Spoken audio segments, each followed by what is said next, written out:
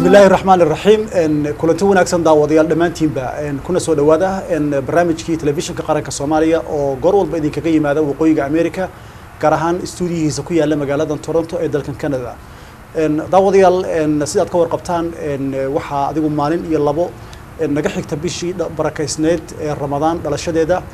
in magaaladan Toronto ay degan yihiin dad aad u fara badan oo muslimiin ah waliba Soomaaliduna ay yihiin meesha ugu badan deegaan ahaan ay u degan yihiin magaaladan Toronto magaalada Toronto waxa ku yaala runtii meelo badan ama oo Ilaahay lagu caabudo masaajida ah gaar ahaan jaaliyada Soomaaliyeed masjidkii ugu horeeyay oo ay dhistaan ee ku yaala magaaladan Toronto ee la yiraahdo Khalid bin Walid ayaa waxa inoo suurta gashay maamulaha masaajidka Khalid bin Walid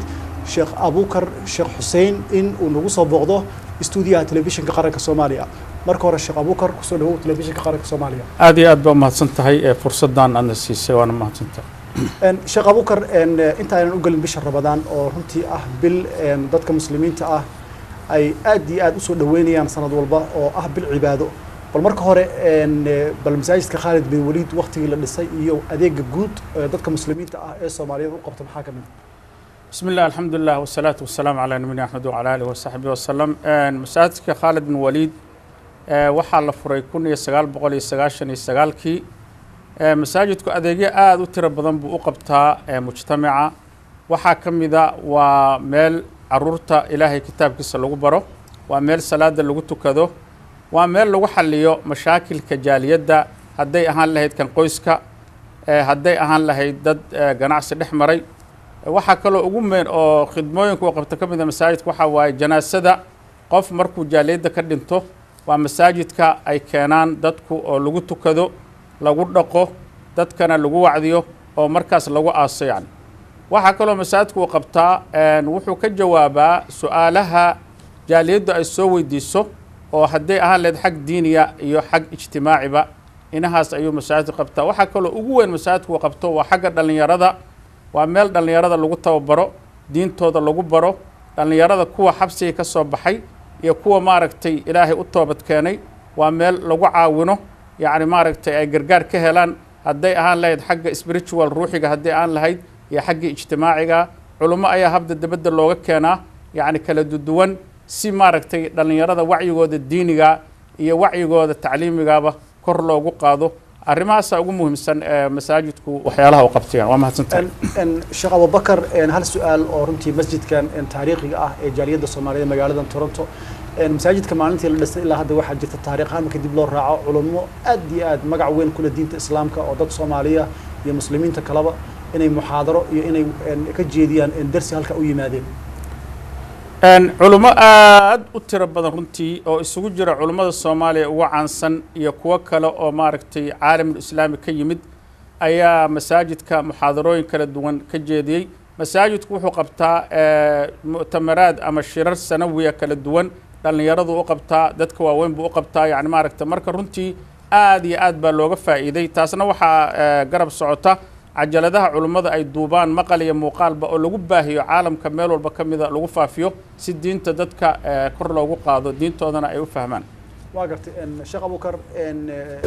maalin iyo laba maalmood kadib waxaan filaynaa dhalashadii bishii barakaysneed cibaadada ahayd Ramadaan ayaa dhalanaysa wax badan oo dadka Soomaaliyeed ama guud ahaan dadka muslimiinta ah ay u baahan yihiin bisha dhalashadeeda waxyaabaha loo baahan yahay aynu mid uga hadli doono bal marka ugu horeysa masaajidka Khalid bin Walid bisha Ramadaan diyaar garow gaar ah ma u galaa bishaasi masaajidku diyaar garow intii la furay ilaa hadda masaajidku bisha Ramadaan maadaama cibaadadan ay tahay cibaado weyn masaajidku waa u diyaar garoobaa waxyaalaha ugu diyaar garoob waxa kamida awalan salaada taraawiixda ayuu u diyaariyaa dad macallimiina oo khibrad u leh ayaa dadka hogaamiyo tujiya sidoo kale masaajidku wuxuu diyaariyaa afur oo dadka magaalada jooga intii rabto ay ka soo afuri karaan Ramadaanka oo dhan sidoo kale masaajidku 10 bari oo ugu dambeeya wuxuu diyaariyaa suxuur oo dadku waxa waaye masaajidka markay ku itikaafaan uma baahanayaan inay banaanka u baxaan maxaa yeelay afur iyo suxuur iyo duruus iyo maaragtay su'aalahooda looga jawaabo inta masaajidku diyaar ayuu ugu yahay yani Sheikh Abubakar dhalashada bisha Ramadaan sidaan ka warqabno amaba diintu ay qirayso in bisha aragti runtii lagu soomo marka masaajidka Khalid bin Walid maadaama maamulihiisii aad tahay dad badan oo muslimiinna ay runtii masaajidka ku xiran yihiin sidee loogu soo bandhigaa dhalashada bishaas Ramadaanka horta bisha Ramadaanka bilowgeeda iyo dhamaadkeedu wuxuu ku xiran yahay aragtida bisha oo nabigu calayhi salaatu wassalaam xadiis buu ku qeexay yani ku sooma aragtida bisha kuna afura aragtida bisha laba siyaalood baa culimada islaamku yani ikhtilaafu lmataalic waxa la yiraahdo laba waxaa jira laba fikradood oo culimada islaamku ay qabaan mid waxa waaye haddii caalamka meel ka mida bisha ay sugnaato oo la arko dhammaan caalamka oo dhan inay wada soomaan midda fikradda kalena waxa waaye qolo walba waxay leedahay madlaceeda oo iyagu markay bisha arkaan ayay maaragtay ku soomaan yani annagu marka waxaan qaadanay fikradda odhanaysa haddii ay sugnaato oo si dhaba u sugnaato meel caalamka ka mid ah in laga arkay bishii laga arkay markaas inaan maaragtay soonno taasna ma diideyso in meesha aan degannahay maaragtay bisha la fiiriyo maxaa yeelay waxaa sunnadu waxay tahay in marka bisha Shacbaan ay dhamaato bisha la raadiyo yani maaragtay hadday noo caddaato noo sugnaato in laga arkay magaalada Toronto haddee markaas waxaa waaye iyadan ku soomaynaa inkastoo ay adag tahay yani sida khibradda loo leeyahay in halkan yani meeshaan aan joogno magaalada Toronto laga arko marka fikradda ah caalamka hadday noo caddaato yani waxaa waaye meel wadamada qaarkood aad bay ugu dadaalaan bisha aragtideeda oo qofka markuu bisha arko qaaligaa loo geynayaa marka qaaligiibaa maaragtay markhaati halkaas leeyahay bisha ma aragtay kadib buu qaaligu caddaynayaa in bishii la arkay marka haddaan akhbaar saas helo dadku waa u sheegnaa marka waxaan dhahnaa soonka waa bilowday hal bilaab waa gartay Sheekh Abubakar bisha Ramadaan marka ay dhalato waxyaabaha ugu horeeya ama shuruudaha qofka muslimka ah laga rabo kan soomaya iyo midka fasaxa u haysta iyo bal shuruudaha ugu horeeya annagoo runtii kala qaadi doona fadliga bisha iyo waxyaabaha loo baahan yahay bal shuruudaha qofka soomaya awalan soomku wuxuu waajib ku yahay qof walba oo muslima oo qaangaaray oo wax u diidaya soonka ayan jirin yani sidii jirro oo kale haweenta caadada qabta oo kale haweenta umusha oo kale wax maanica haddayan jirin qof walba oo muslima oo qaangaaray waxaa ku waajiba bisha soon inuu soomo yani maaragta walidaalika kabaa'irta ugu waaweyn dunuubta culimmada waxaa waaye qof caafimaad qaba oo cudurdaara soonka hadduu ka tago waxay yidhaahdeen waa ka dembi badan yahay qofka ku dhaca sinada iyo khamrada maxaa yeele qofkan waajib ilaahay amre subxaanahu wa tacaala ayuu ka tegey oo soomi waayey isagoo caafimaad ilaahay siiyey wax cudurdaarana aan lahayn yani waa dembi aad u weyn yani maaragta nabigana calayhi salaatu wassalaam يعني waxa waaye afkiisa carro lagu qabayo wuu inkaaray yani maaragtay qofka ramadaanka ka tago maxaa yeelay waa fursad ilaahay na siiyay subxaanahu wa tacaala una baahan inaan aad iyo aad uga faa'iidaysanaya Sheekh Abubakar sida ka warqabto waqti aad u yar ayaa bishan barakaysan ee Ramadaan 20 sano ugu dambeysay ilaa 9ka maghribka uu ku soo beegmay sanadkanna waxa weeyaan bisha Ramadaanka waxa afurka ku beegmaya 9ka marka taama laga yaabaa dadka qaarkood sida dadka cudurka sonkorta kaadi macaanka qaba haddii ay u adkaysan karayaan ama ay soomi karayaan qof walbana uu garanayo iyo haddii talo dhakhtar ay jirtana bal maadaama sanadkan ay ka duwan tahay oo ilaa 9ka la gaarayo taa maxaa ka oranaysaa horta marka ugu horeysa ilaahay subxaanahu wa tacaala dadka soonku sidiisaba ma aha wax culays iyo wax la isku dhiba ma aha yani soonku waa nafta ayuu leeliyaa oo tarbiya yani ilaahayna subxaanahu wa tacaala ayaaman macduudaad buu ku tilmaamay yani maalmo kooban ma aha sanadkoo dhan ma aha waa 30 beri ama 29 beri marka qofka jiran ilaahay subxaanahu wa tacaala ruqsuu sii yani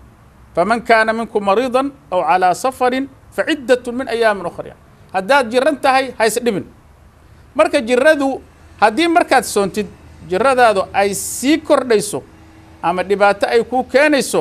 ilaahay baa subxaanahu wa tacaala ku siiyey fursada qaado ruqsada ilaahay qaado subxaanahu wa tacaala dadka sonkorta qaba maalan waa inay dhakhtarkooda la tashtaan inta ayan soomin waa jiraan dad sonkor qaba oo sooma oo soonkana uusan waxba ka dhimin laakiin dadkaas waxaan ku waaninaynaa marka ugu horeysa dhakhaatiirtooda inay la tashadaan wax dhibana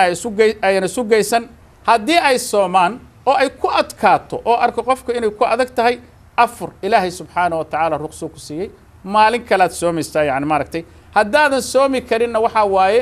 qof miskiina ayaad quudinaysaa yani maaragta marka ruksada ilaahay ha la qaato yaan lays dhibin naftaada halaagin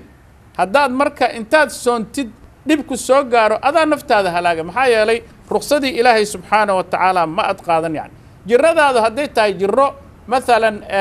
waqti yar qaadanaysa maalan dhakhtarka wuxuu ku leeyahay maalin walba inaad biyo cabtaa maalin walba inaad kaniini qaadataa muddo 3 bilood ramadaankii baa ku soo aaday muddadaas marka dhakhtarka siduu ku yiri u raac kadibna marka waa qallaynaysaa yani maaragta sheekh abukar dadkaas xanuunsan iyagu loo fasaxay inay afuraan ayaga laftigooda xag aadaab ahaan markay afuran yihiin oo ay wax cunayaan inay dadka sooman ka fogaadaan taama loo baahan yahay kolleyba ilaahay subxaanahu wa tacaala hadduu ruksada ku siiyey waxaa fiican maadaama guriga carruur badan ay joogaan oo iyaga naftirkooda la rabo carruurta 7 sano markay soo gaaraan in lagu tarbiyeeyo soonka lagu tarbiyeeyo yani maaragta waxaa laga yaabaa marmarka qaar raxmad inay naqaado aan dhahno war carruurtu waa yaryar yihiin soonku waa dhibaya laakiin runtii in lagu tarbiyeeyo oo carruurtii xataa maalin nuskeed la yidhaahdo soon taas waa u wanaagsan tahay yani maaragta waxaa aad iyo aad u wanaagsan marka qofka ruksada leh oo ilaahay subxaanahu wa tacaala u baneeyey in markuu bisha ramadaan markuu wax cunaayo waxaa fiican inuu meel aan la arkayn la galo yani siya dhowr siboodba dhowr sababoodba awalan waxaa laga yaabaa dadku inay tuhmaan oo yidhaahdaan war qofka intaan la eg oo maalin ramadaan wax cunaaya muxuu yahay oo aan ka warqabin caafimaadkiisa midda labaad dadka walaalahaaya oo sooman inaad ixtiraamtid runtii aadan hortooda wax ku cunin yani maaragtay taasna aad iyo aad baa loogu baahan yahay yani maaragtay marka waxaa fiican ruqso ilaahay isagoo siiya haddana inuu maaragtay meel aan la arkayn uu la galo carruurta sheekh abukar ilaa iyo inta lagu ababinayo oo la baraya bisha ramadaan ilaa ahaan meeqaa maaragtay adigu la qaadan karaa carruurta nabiga calayhi salaatu wasalaam waatuu yidhi carruurta markay 7 sano jiraan salaada ha la amro yani maxaa yeelay 7 sano waa marka carruurtu ay wax kala garan karaan oo sinu tamyiis ah ka hor xataa waa lagu barbaarin karaa carruurta in diinta lagu barbaariyo 7 sano markay gaaraan sida saxaabadu ay leeyihiin waa carruurteenna waan soonka ayaan sooma dhihi jiray yani maaragta marka 7 sano iyo wixii ka sii weyn baa loo baahan yahay soonka in la yidhaahdo soon yani maaragta haddii uu soonka dhibayana inaan aad loogu sii cadaadin ilaa soon aan la dhihin yani maaragtay hadduu yidhaahdo gaaja ay haysa maaragta in la yidhaahdo cuntada iska cun yani maaragtay laakiin loona sheego fadliga uu ka helayo iyo maaragta lagu tarbiyeeyo soonka ilaahay inuu amro subxaanahu wa tacaala laakiin salaada ayaa aad uga sii muhiimsan waxaa laga yaabaa in badan inaan idhaahno waa yaryahay laakiin haddii yani waxaa waaye markay carruurtu yaryar yihiin bay tarbiyada ku fiican yihiin yani haddii 7 sano carruurtu ay ku bilaabaan salaada ay ku bilaabaan waxa xun laga reebo yani waxaa waaye carruurtaas maasha allah markay weynaadeen yani waxaa waaye waxay noqonayaan insha allahu tacaala kuwa toosan sheekh abukar haddaan usoo galno fadliga bisha ramadaan haddaa taa ayadana dadka soomaaliyeed ka daawanaya telefishinka qaranka soomaaliyeed meel walbay joogaanba aad noo soo jeedin karayso horta bishaan ilaahay subxaanahu wa tacaala bisha ramadaan ilaahay baa wuxuu na leeyahay wa an tasuumuu khayru lakum in kuntum taclamuun inaad soontaan ayaa idin khayr badan haddaad ogaan lahaydeen khayrka aad ka helaysaan bisha soon yani maaragta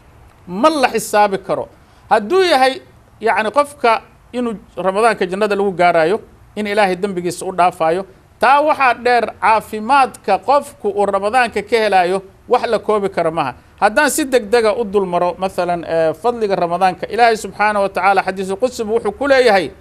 assawmu lii wa ana ajsi bih cibaadada kale oo dhan ilaahay wuxuu ka soo reeba soonka wuxuu yidhi anaa soonka iska leh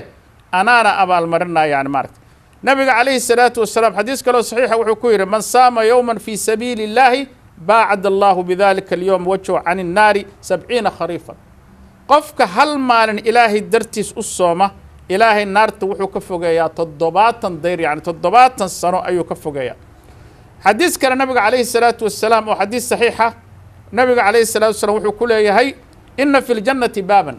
jannada 8 albaab bay leedahay albaab baa jira yuqaalu lahu rayaan baa la yidhahda albaabkaas yani yadkhulu minhu saa'imuun waxaa ka gala dadka sooman keliya ka gala yani meelka laa yadkhulu minhu axadun gayruhum yani hadday galaanna yani waa la xiraa yani maaragta marka حديث كلا نبي عليه عليه الصلاة والسلام صون عبادة أدق أنت ما بجرتبه يعني فضلك عليها يعني مارك يعني وحقفك فضلك أوكيه لا يرنتي وحلا كوبي كرماها يعني مارك سيدو كلا فضلك رمضان كوحا كم ده وحا كجرا ليلة القدر خير من 1000 شهر همين هداد لك ولنت كخير بدن كم بلود معنو waxa way culimadu 83 sano iyo dhowr bilood yani macnu waxay la mid tahay habeenkaas cibaadada aad sameeysid salaada aad tukatid quraanka aad akhridid ma aragtay adkaarta aad sameeysid waxay la mid tahay adoo 83 sano sameeynayo kale waa fursad cumrigaagiiba intaas ku darsameysay habeenkaasna tobanka ugu dambeysay ku jirtaa tobanka ugu dambeysana waxay kaga sii jirtaa yani habeenada يعني كوي لباتنك صدح لباتنك شني لباتنك تضبي لباتنك سجالي لباتنك هم ينادى ترى إسدار يعني وكسجا أيه كجرتا يعني رمضان كفل لي سوحة كم ده يعني وحى واي الباب بدأ جنة أيه الله فراي يعني ماركت الباب بدأ النار تنا ولا حراء شياطين تنا ولا السلسلة ده يعني ماركت وبال يعني وحى واي خير كأردن أي الباب بدأ جنة أفراي ولذلك قفك اللي جربها إنه السجونة شركة جوجية يعني ماركت ramadaanku cuntada iyo cabitaanka iyo galmada oo laga tago kaliya maaha yani run ahaantii waa waxa ugu sahlan yani waxa la rabaa indhahaagu inay soomaan dhegahaagu inay soomaan carabkaagu inay soomaan xubnahaagu inay soomaan yani dhegahaagu inay ka soomaan wax xun inay maqlaan yani indhahaagu inay ka soomaan wax fool xun inay arkaan carabkaagu waa inuu ka soomaa beenta isku dirka يعني ما ركت هذا الله حن معنى السمين ما يسو إن عنتدي يعبتانكي يحاسكاجي أو أنت الصح حلال كوها إن أسكت ديسو لكن أتكو أفرطه وحي أول برمضان ككور حاران تهايا قف صومن أو بين شجاي قف صومن أو ضد حمناي قف صومن أو ضد اسكت دراي مارك قف صومن أو داونايا وح إلهي حرمه سبحانه وتعالى صون كاجي مركا ما صون عادة أبد سوميسا مس عبادة إلهي سبحانه وتعالى سيدو نو أمري أو صونك ومدرسة وإن لغو تربيوبا قفكو مركو إسكداي أدو أومن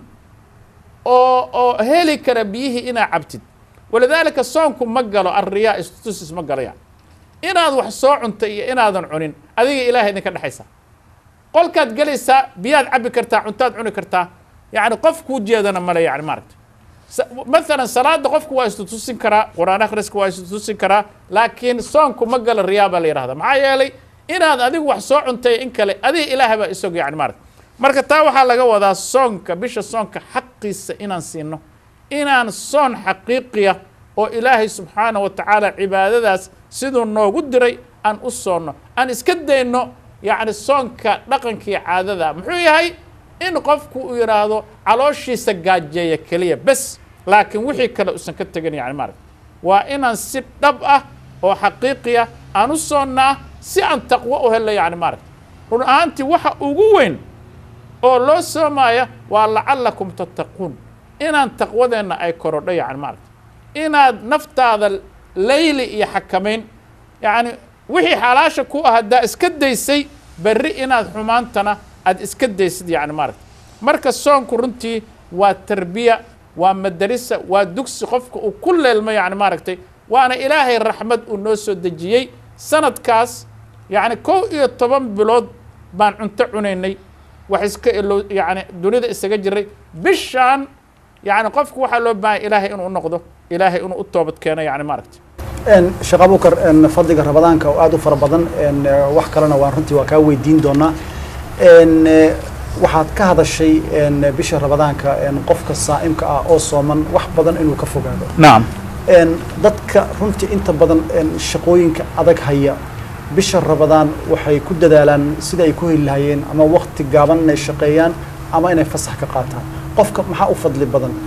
asagoo shaqadiisii sidii uu sanadka intiisa kale ku wato inuu ku shaqeeyo asagoo sooman iyo inuu bishaas Ramadaan u diyaar garoobo ama shaqada uu fasax uu ka qaadan karo fasaxiisa ururay ama shaqada saacado yar uu shaqeyn karayo waa maadsantahay horta su'aashan su'aal muhim waaye soonku maaha in qofku caajisnimo iyo maaragtay kaslaannimo iyo inuu hurdada badiyo horta soonku taa ujeedadiisa maaha yani maaragtay soonku waxa waaye shaqadaadii rootiinkaha caadigaha waa ina haysataa mushkilada maanta taagan waxaad moodaaba qofku soonka hadduu yimaado inuuba hurdo badan seexanayo yani maaragta oo daciifahay maya yani waxa waaye shaqadaada sidii baad u wadanaysaa waad dadaalaysaa haddii adiga aad fasax heli kartid oo bishaan u faaruqi kartid alxamdulilah laakiin marna ramadaanku daciifnimo kuu keenin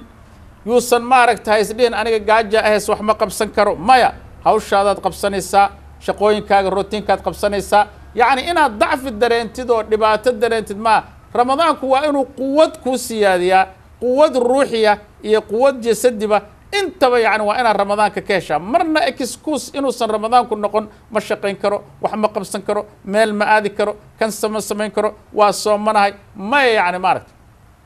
yani waxa waaye waa soomanahay mar baad dhahaysaa waa marka lagugu soo xadgudbo hadduu rabo qof inuu kula dagaalamo ama ku aflagaadeeyo innii saa'imun baa leedahay yani waa soomanahaya oo macnaheedu waxay tahay warriyahow anigu hadda diyaaru ma ahi muran diyaaru ma ahi يعني maaragtay aflagaado diyaaru maahi dagaal diyaaru maahi waan soomanahay cibaadadeedaan wadanaa yani maaragtay marka ramadaanku maaha meel dacfiya qofku shaqadiisii caadiga ahaa yani ha wato ajar dheeraad buuna kasii helaya shaqa bukar sidaad ka warqabto bisha ramadaanka dadka islaamka gaar ahaan dadka muslimiinta ahba waxaad u malaysaa bisha ramadaan inay tahay bisha lagu kharashka badan yahay oo raashin aad u fara badan cabitaana aad u fara badan diyaar garow dheer loo galo oo bisha loogu kharash badan yahay marka bisha ramadaanka in sidaa loogu diyaar garoobo diiniyan miyay qabtaa mase dadka ramadaanka cabsi gaara ka qaba waa mahadsantahay waa su-aal kaloo muhima ramadaanku waa marti aad qaali u ah yani maaragtay qofka waxaa la rabaa inuu ramadaanka annaga saan ramadaanka ugu diyaar garowno waxaan diyaarinaynaa afurkii suxuurtii cuntadii waa khalad yacni ramadaanka aan ka fahmay ramadaanka waxaa loogu talagalay cuntada in la yareeyo ikhwaanii ilaahay subxaanahu wa tacaala 3 eray buu ku soo koobay yacni waxa waaye dietka iyo cuntada iyo hafka caafimaadka ilaahay subxaanahu wa tacaala bal aayaddan fiiri kuluu washrabuu walaa tusrifuu yani kuluu washrabuu walaa tusrifuu yani waxa waaye cuna oo cabba oo ha xadgudbinina yani ramadaanka faa'iidadiisa waxaa ka mida waa bisha la rabo inaad wax dhaqaalaysatid yani maaragta ramadaanku waa bisha la rabay jirka in loo naxariisto caloosha in loo naxariisto waa bisha la rabay jirka suntii gashay 11 bilood in laga sifeeyo yani maaragta laakiin nasiib daro yani waxa waaye in ramadaanka loogu diyaar garoobo cunto aad u tiro badan oo kala nooc waa khaladka muslimiintu ay ramadaanka ka fahmeen yani maaragta aayaddaas baa noo sheegaysa in aan la xadgudbin yani maaragta waxaa kaloo nasiib darro ah qof baa afur kuu samaynaya maalan ramadaanka markaasuu wuxuu kuu keenayaa intaasoo nooc oo kala duwan qaar magacyadooda maba taqaanid yani maaragta war aaway ramadaankii la yidhi cuntada ha layska yareeyo yani maaragta ramadaanka waxaa loogu talagalay qofka weydkiisa in wax ka dhimaan yani maaragta yacni waa haddii miisaankaagu ramadaanka uu kordho waa inaan dib isugu noqonaa waxbaa naga khaldan yani maaragta nabiga calayhi الsalaatu wassalaam yacni haddaan raacno dariiqadiisii yacni waxa waaye cuntada caloosha 3 qaybood baa loo kala qaybinayaa qayb waa cunitaanka qaybna waa cabitaanka qaybna waa inuu qofka ka neefsado yani maaragta haddaad ramadaanka marka ku daldashid oo caloosha buuxisid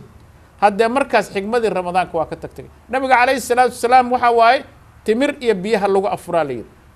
maxaa yeele qofku jirkiisa maanta dhan buu wuxuu u baahan yahay wax energy galiya timirtaasaad cunaysaa waa ka daba cabaysaa markaasaa fiican inaad salaada aad soo tukatid yani maaragta iska ilaali isla markiiba inaad markaad afurayso horaba cunto culus aad calooshaada ku ridid yani maaragta faa'iidadii soonka ma helaysid yani caafimaadkii soonka loogu talagala ma helaysid yani waxaana maanta cilmi baaris lagu sameeyey dadaan muslimiin ahayn ay ku sameeyeen faa'iidada soonku jirka u leeyahay yani maaragta haddii bini aadanku ogaan lahaa soonka faa'iidada uu u leeyahay jirka kulligood waxaa la dhihi lahaa in la wada soomo yani maaragta walidaalika dadka khamiista iyo isniinta sooma iyo ayaamu biidka bishiina yani 13 14 iyo 15 sooma dadkaas caafimaadkooda dadka kale waa ka duwan yahay waa shay mujarab ah oo xaqiiqi ah marka ramadaanka cuntada ha la iska yareeyo abadan waa ina intaad kafee cabi jirto ramadaanka meeqa dollar baad cabi jirto yani maaragta intaas waa inay kuu safgaroodaa quraacda waa inay kuu safgaroodaa qadada waa inay kuu safgaroodaa walidaalika waxaa loogu talagalay cuntadaas tirada badan inaad dadka masaakiinta u gargaartid ramadaanku waa bisha yani deeqsinimada yani waxaa waaye shiikha ayaa la weydiiyey su-aal baa loo soo weydiiyey shiikhow waan soomanahay waxaan ku afurana ma hayste xukunkayga muxuu yahay buu yidhi maarka shiikha waa iska ooyay yani maarka sababtu annagu garbagekaan ku shubnaa yani inta cuntadii naga badatay oo aan cunto badan samaynay midda kale haweenka in lagu mashquulay jikada maaha yani maaragta cadaalad maaha inaad adiguna salaada masaajidka soo aadid haweentuna duurkii ay bilowdo sambuus iyo bur iyo intaasoo waxyaalood iyo intaas kari markii la afurana dhaqidoodii ay gasho kadibna suxuurtii ay diyaar oo aawo cibaadadeedii marka goormay cibaadaysanaysaa goormay cuntada waktina waa dhuminaysaa caafimaadna waa dhuminaysaa mas'aladaas ikhwaanii ha layska ilaaliyo soonka cuntada in la yareeyo waa xigmad weyn yani maaragta haddaadan cuntada iska yarayn macaankii soonka ma dhadhamin caafimaadkii ma adadhamin marka waxaan idinkula dardaarmayaa war cuntada garbageka intii lagu shubi lahaa oo lagu xadgudbi lahaa nicmadii ilaahay kuluu washrabuu walaa tusrifuu cuna caba ha ku xadgudbina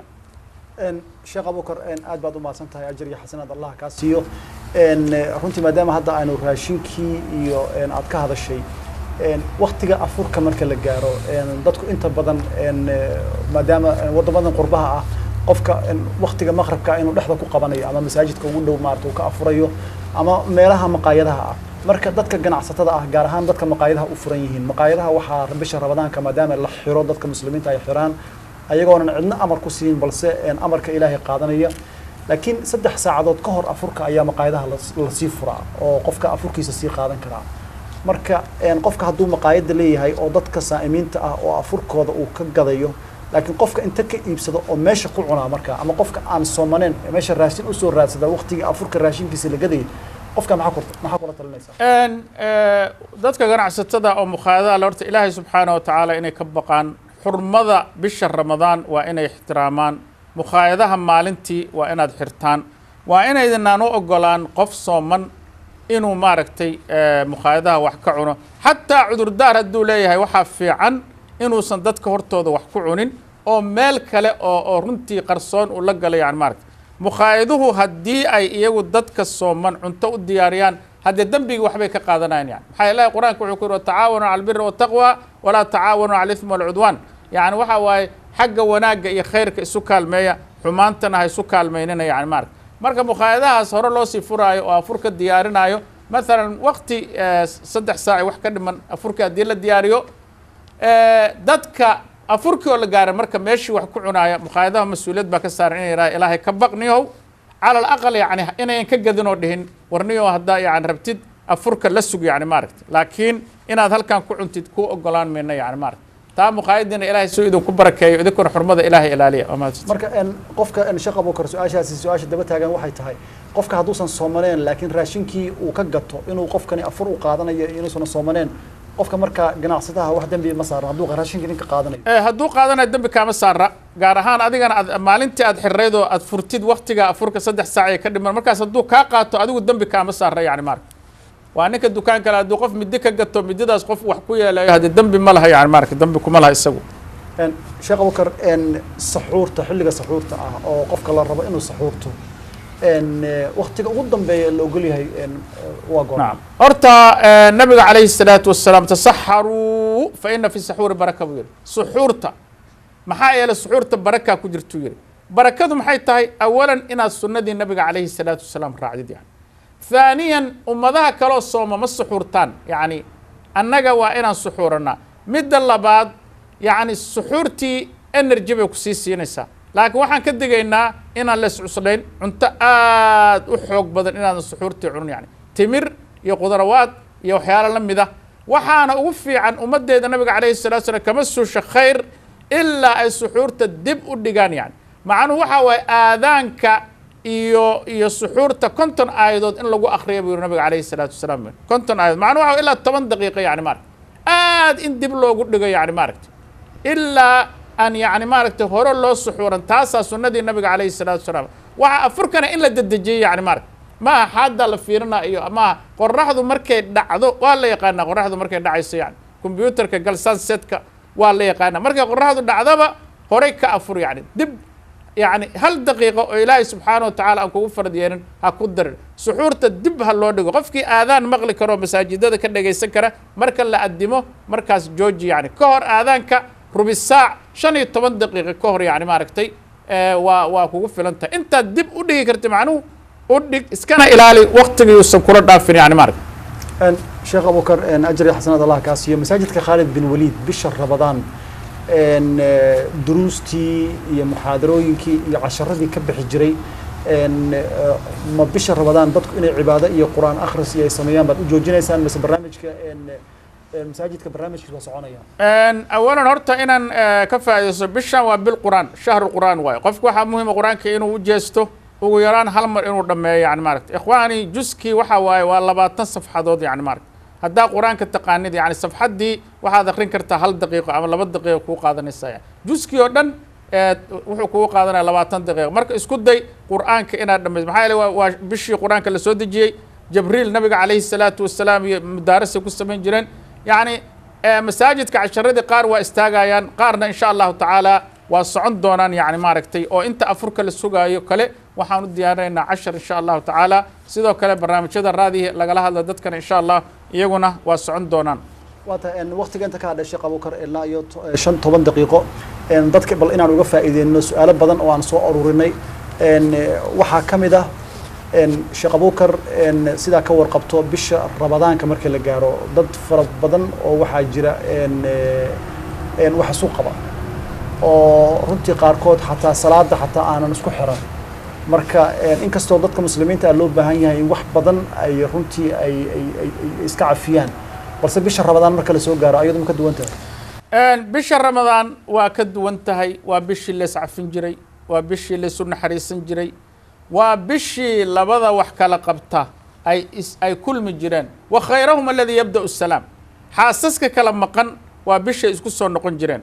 yani waxa waaye qof walaalka laabta waxa uga hayn yani maaragtay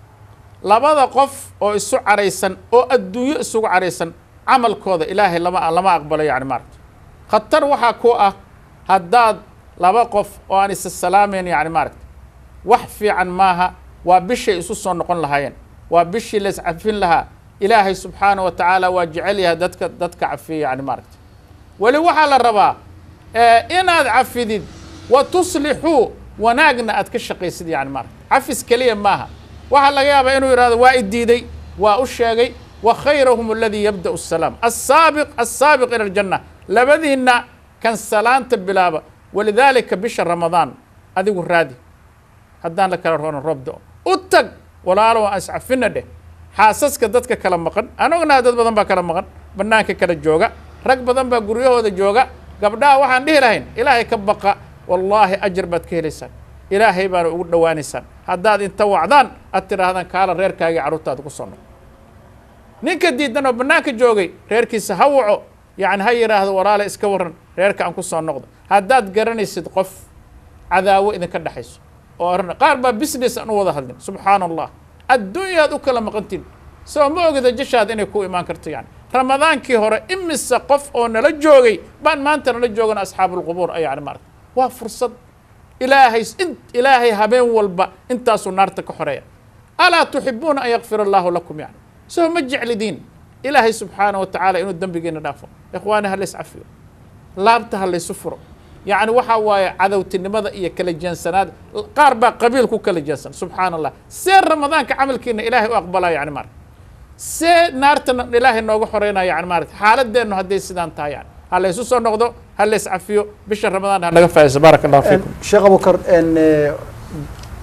bisha barakaysan ee ramadaan markaa fiiriso waxaa jira meelo fara badan oo dadku ay isugu tagaan xilliga ramadaanka gaar ahaan meelaha loo yaqaano fadhi ku diriiryada dadku runtii sheekooyin iyo siyaasad iyo wax badan baa runtii waqti ay dadku ay geliyaan si ay usoo dadejiyaan xilliga afurka qaarkood waxa ay cayaaraan turub baa loo soo gataa oo iyo daamooyin baa la cayaaraa qaarkood xilliga ramadaanka ayaa runtii isboorti la sameeyaa oo ilaa ay afurkii la rabo in lagu gaaro taa ummadda Soomaaliyeed iyo dadka muslimiinta guud ahaan maxaad uga digaysaa horta marka ugu horeysa ikhwaani ramadaanku waa qaali daqiiqad walba saacad waxa laga yaabaa ramadaankii kuugu dambeeyay inuu yahay yani maaragtay waqtiga ramadaanka ilaahay quraanka akhri tasbiixso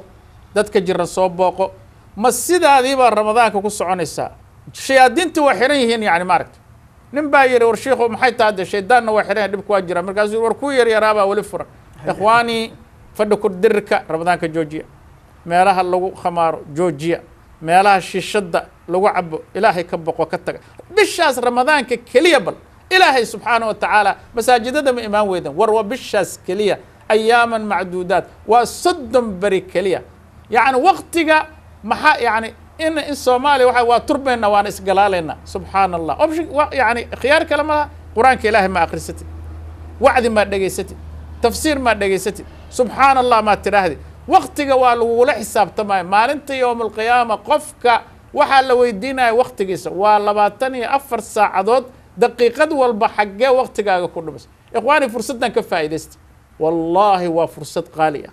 aan laga yaabo inay ku soo marin yani maaragtay ilaahay in loo toobad keeno soo ma rabtid kuwa naarta laga xoreynaa inaad noqoto soo ma rabtid ilaahay dembigaagii oo dhan inuu dhaafo waa jecel lahay maalintaas yani meelaha soo xira fadhi ku dirirka ha la xiro meelaha lagu turba ha la xiro shiishada ha la xiro meelaha lagu khamaar ha la xiro dadka mas-uuliyiinta ka ah dembiga ummadda tagtoor idinka xambaaraya bisha xurmeeya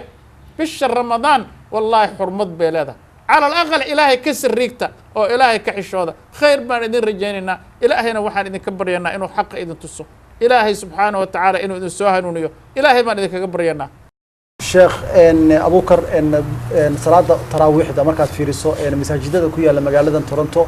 إن ترى إصلاف عارنتي أيها لقيته كذا marka qofka muslimka ah sidiisa sunna ahaan meeqa waajibka ah ama runtii meeqa ayuu inuu salaad taraawix tukada ikhwaan horta salaada taraawixda waa sunno sida la og yahay yani maaragtay dad baa ku dagaalama mise 8 baan tukanaa mise waxaan tukanaa 22 sida saxiixa oo nabiga calayhi salaatu wasalaam xadiisu caaisha oo fi saxiixayn nabigu 12 ragco kama badin ramadaan iyo غير ramadaan yani maaragtay waxa waa 8 ragco iyo 3 ragco oo witriya 12 kaas ragco yani maaragtay haddii aad timaadid masaajid 22 tukada لا تكو ودد مسلمين يعني ماركتي يعني مرن يضاد يا ماركتي كان لما ربا يعني waxa way salaadaan oo dhan ba sunnah waxa ka dar muslimiin inay isu gooyaan masaajid qaar kood baa la sheegay inay ku dagaalamaan maya 8 baan tukanay 20 baan tukanay maya war sunnada waxa ka dar muslimiinta inay is gooyaan masaajid imow haday 20 tukanayaan la tuko yani masaajidka imaamka la dhamayso laakiin sida fadli badan oo xadiiska nabiga ka sugnaatay عائشة أو صحيحين يعني رمضان غير رمضان النبي عليه الصلاة والسلام كوي تمرقعوا كما يعني ماركت كما بدن يصدح وترجع وكوي وعن صدح يتمكس رقعوا يعني مارك كوي تمكس رقعوا سداد داس يصدح داس انت صار فضل بدن يعني ماركتي لكن اسكلتك هذا مسلمين تكنا يعود تمادتك قبل ان شيخ ابو بكر ان قفك بشهر رمضان سو دميستا ان waxa jirta qofka inuu bixinayo lacagtii fitrada ahayd marka sidee ayada loo bixinayaa marka yani qofka fitradu waxay tahay soonkaaga waxyaalihii khalkhal kaa galay ayay kaa dahiraysaa yani marka waxaa la rabaa in lagu bixiyo cunto quutul qaalibka maalintaas yani saac waa suus bur ah ama bariis ah ayaad bixinaysaa yani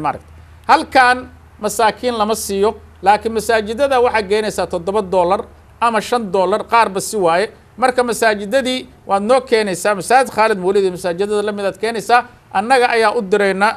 inta aruurino dadka masaakiinta waana in la bixiyaa salaada ciida ka hor yani waa in la bixiyaa yani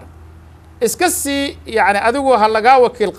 wakiilo dad yani ha kaasi bixiyaan sidoo kale يعني رمضان كمر كنا ما ذا واحد سنة لح بريه ودعة إن لقود درا يعني ماركت.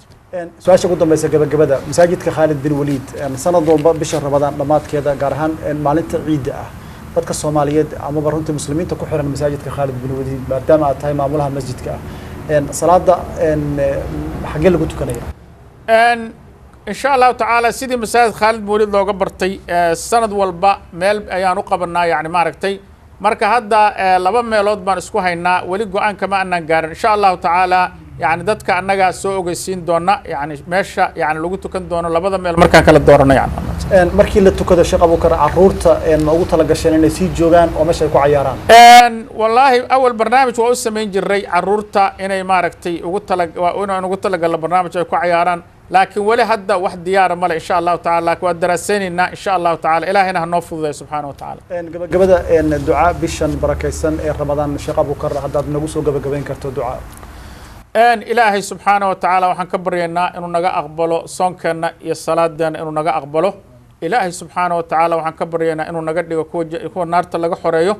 ilaahay subhanahu wa taala dadka dhibaataysan inuu dhibaatada ka qaado kuwa kurbaysan inuu kurbada ka qaado ilaahay wadankeena inuu noo islaaxiyo barwaaqo iyo wanaag ilaahay wadankeena dhibkana ka qabto yani ilaahay wadanka inuu noogu dhiibo dad wanaagsan